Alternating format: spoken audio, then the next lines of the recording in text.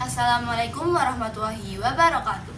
Hai semuanya, perkenalkan saya Rizky Karima dengan NIM 40425014 dari kelas A Bisnis Digital. Di sini saya akan memaparkan materi terkait moderasi beragama. Kita tinggal di negara Indonesia, negara yang kaya akan keberagaman baik dalam suku, agama, budaya, maupun bahasa, namun tetap bersatu dalam semangat Bhinneka Tunggal Ika.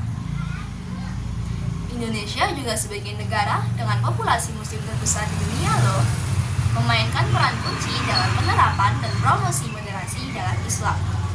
Moderasi ini adalah inti dari ajaran Islam yang menekankan keadilan dan keseimbangan dalam kehidupan sehari-hari. Kata moderasi berasal dari bahasa Latin, yaitu moderatio, yang memiliki arti kesedaran. Kemudian, menurut Widodo tahun 2019, moderasi secara luas yaitu mengutamakan keseimbangan iman, akhlak, dan budi pekerti dalam berhubungan dengan orang lain dan dengan lembaga negara.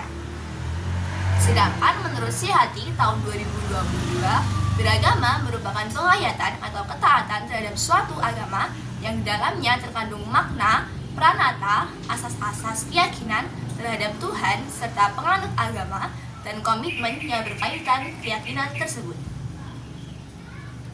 Moderasi beragama ini juga tercermin di dalam Al-Quran, yaitu surat Al-Baqarah ayat 143. Ayat tersebut menjelaskan bahwa Allah menjadikan umat Islam sebagai umat pertengahan, agar menjadi saksi atas perbuatan manusia, dan Rasulullah menjadi saksi atas umat Islam.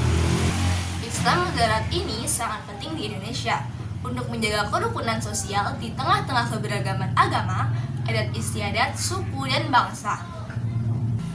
Kemudian terdapat 5 prinsip utama dalam moderasi beragama.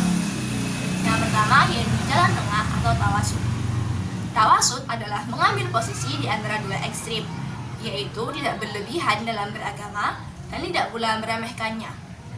Kemudian yang kedua yaitu toleransi atau tasamuh. Toleransi bukan berarti menyetujui semua keyakinan, tetapi memberikan ruang bagi setiap individu untuk menjalankan ajaran agamanya tanpa paksaan maupun diskriminasi. Kemudian yang ketiga yaitu kesetaraan atau musawah. Prinsip ini menolak segala bentuk diskriminasi dan ketidakadilan, serta menjamin hak dan martabat yang sama bagi setiap individu. Yang keempat adalah keadilan atau i'tidal. I'tidal adalah menegakkan kebenaran dan keadilan dalam seluruh aspek kehidupan, baik bagi diri sendiri maupun orang lain tanpa memandang latar belakang agama. Yang kelima yaitu dinamis atau tatawur. Menyadari bahwa ajaran agama dapat berinteraksi dengan perkembangan zaman dan konteks sosial.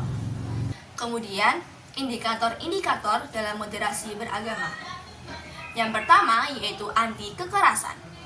Penolakan terhadap tindakan seseorang atau kelompok tertentu yang menggunakan cara-cara kekerasan, baik secara fisik maupun verbal, dalam mengusung perubahan yang diinginkan.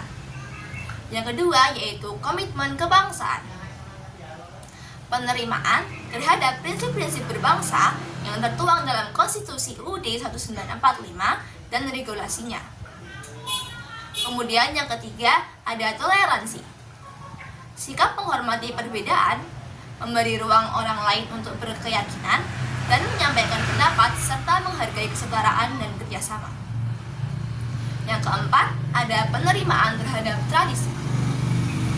Penerimaan serta ramah terhadap tradisi dan budaya lokal dalam perilaku keagamaannya sejauh tidak bertentangan dengan pokok ajaran agama. Kemudian, dalam kehidupan masyarakat ini terdapat dua kutub ekstrim, yaitu radikalisme yang berarti paham atau aliran yang menginginkan perubahan sosial atau politik secara drastis dan seringkali melalui kekerasan untuk mencapai tujuannya. Sedangkan liberalisme yaitu ideologi yang didasarkan pada pemahaman bahwa kebebasan dan persamaan hak adalah nilai yang utama. Kedua paham tersebut sulit disatukan karena memiliki dasar pemikiran yang berbeda. Di sini, Islam wasatiyah hadir sebagai jalan tengah dengan menyesuaikan nilai-nilai Islam agar relevan bagi masyarakat Indonesia yang maju. Moderasi beragama berupaya menjaga keseimbangan antara dua paham itu yang tetap berpegang pada ajaran Ahlussunnah wal Jamaah, baik dalam aspek akidah, ibadah, dan muamalah, sebagaimana yang diamalkan oleh mayoritas umat Islam. Jadi, kesimpulannya adalah Indonesia yang kaya akan keberagaman memerlukan sikap moderasi beragama untuk menjaga persatuan dan keharmonisan. Melalui moderasi beragama ini, umat Islam dapat hidup damai dan memperkuat persatuan bangsa. Sekian pemaparan dari saya. Terima kasih. Wassalamualaikum warahmatullahi wabarakatuh.